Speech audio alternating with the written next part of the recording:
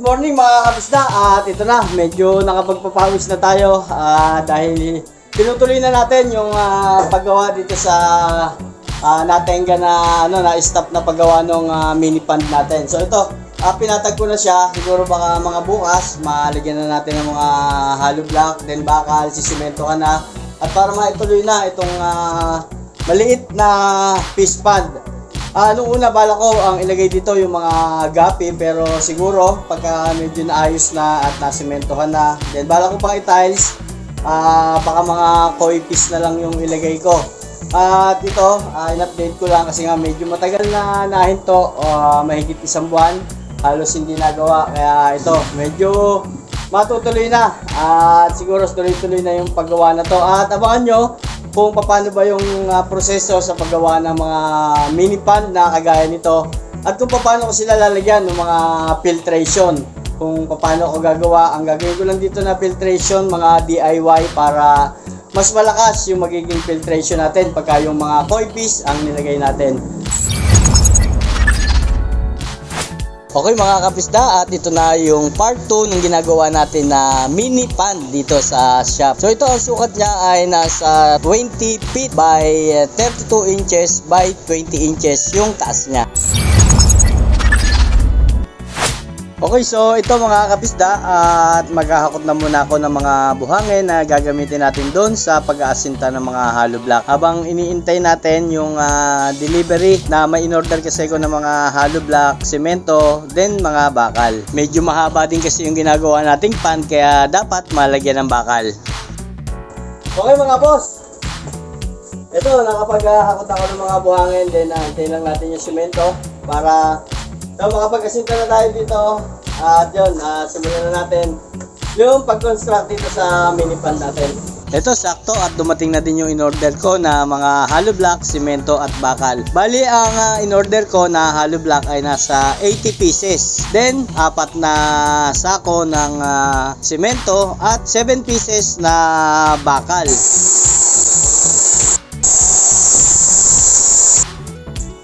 Hindi, bali, 3 pieces per check, di ba? Ano makukuha dito sa isa? Anin? Then, parang tasakto na At ito, medyo nagtuos pa kami ni tatay dahil nga yung sa bakal mukhang hindi aabutin. Pero, sakto naman siya at kakasya na yung na-order namin na 7 pieces na 10mm na bakal. Okay guys, ito, natapos na kami mag-layout. Ito, nalagyan na namin ng mga bakal. At yun, hahaluin na namin tong lupa, lalagyan na ng simento. Then, aasintahan na natin ang hollow block. Pag may oras pa, didiretso na rin natin sa flooring. Okay, ito na, at nahalo na namin yung simento. At yan, nagsisimula na si tatay na mag-asinta nitong mga hollow block. Buti na nga lang at si tatay ay masipag na tinutulungan akong gumawa. At ito, naka first layer na. So yan, natapos na namin yung first layer. At ito na mga kapisda, natapos na namin yung second layer. So ganito lang yung kataas yung gagawin namin. 2 patong lang nung hollow block. So umabot na siya ng 20 inches yung pinakataas niya. Then ang lapad niya, inabot siya ng 32 inches. Then yung haba naman niya is 20 feet. So yan, medyo mahaba siya. Then hinapon na kami bukas.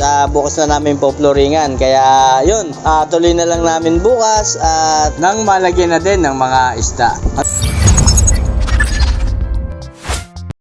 Hello mga kabisda! Okay guys, ito na yung day 3 at part 3 nung ginagawa natin na fish pond, yung mini fish pond. So yan, naghalo na uli ako ng semento, then po-flooringan na uli namin to ni tatay.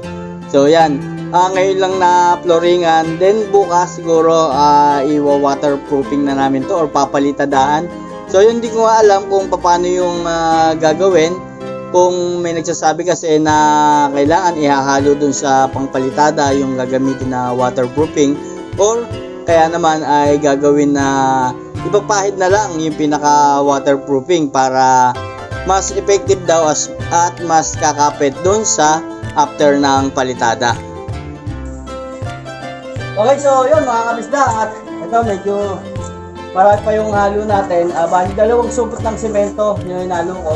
So yun, nangangalahati na kami. So ang ginawa namin kapal dito, siguro mga nasa 2.5 inches yung kapal niya. Then may mga bakal para hindi rin masyadong makapal.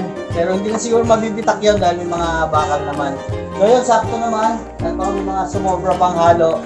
Lalagyan na lang din sa palaman. Then sa ibabaw na yun, yan, lalagyan ko rin ng semento para meron mga mapagpatungan. Okay, at dito mga kapisda, ito halos matatapos na. Then yung mga natirang semento, mapapansin nyo, yung ibabaw na yan, nilagyan ko lang ng pinaka mga hollow block para pangharang. Then lalagyan ko rin sila ng semento para i-pepper mga patungan. At ito, natapos na namin yung pinaka flooring niya. Maya maya, papatuyuin lang ng konti, then bubulihin. At yun, bukas nga, papahiran na ng waterproofing. Then dito, yung ibabaw na to, bala ko talaga dito ilagay yung mga filtration. So, ang gagawin ko na lang dito, yun, papatagin na lang para magkaroon na lang siya ng mga patungan.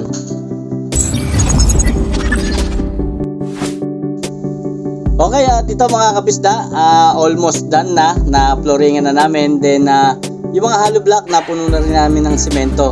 Then dito, naglagay lang ako ng baitang para pag naglagay ako dito ng tulay, so yun, madadaanan. Medyo tataas kasi siya eh.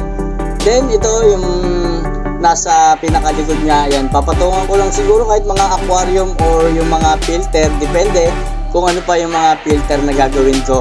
And yun nga, bukas magbibistay ako ng buhangin, then magpapalitada. At yun nga, yung sa waterproofing, titignan pa namin kung paano ang gagawin, kung ihahalo na lang dun sa pinaka-ipapalitada or ipapahid na lang. Okay, so hanggang dito na lang muna mga kapisda, yung part 3 sa ginagawa nating mini pond. At yun, bukas nga samahan nyo naman ako kung paano magpalitada para hindi tumagas yung mga tubig dito sa ginagawa nating pond. Okay mga kapisda, at pakipollow na lang para ma-update ka pa sa susunod ko pang mga video. Okay mga kapisda, happy peacekeeping!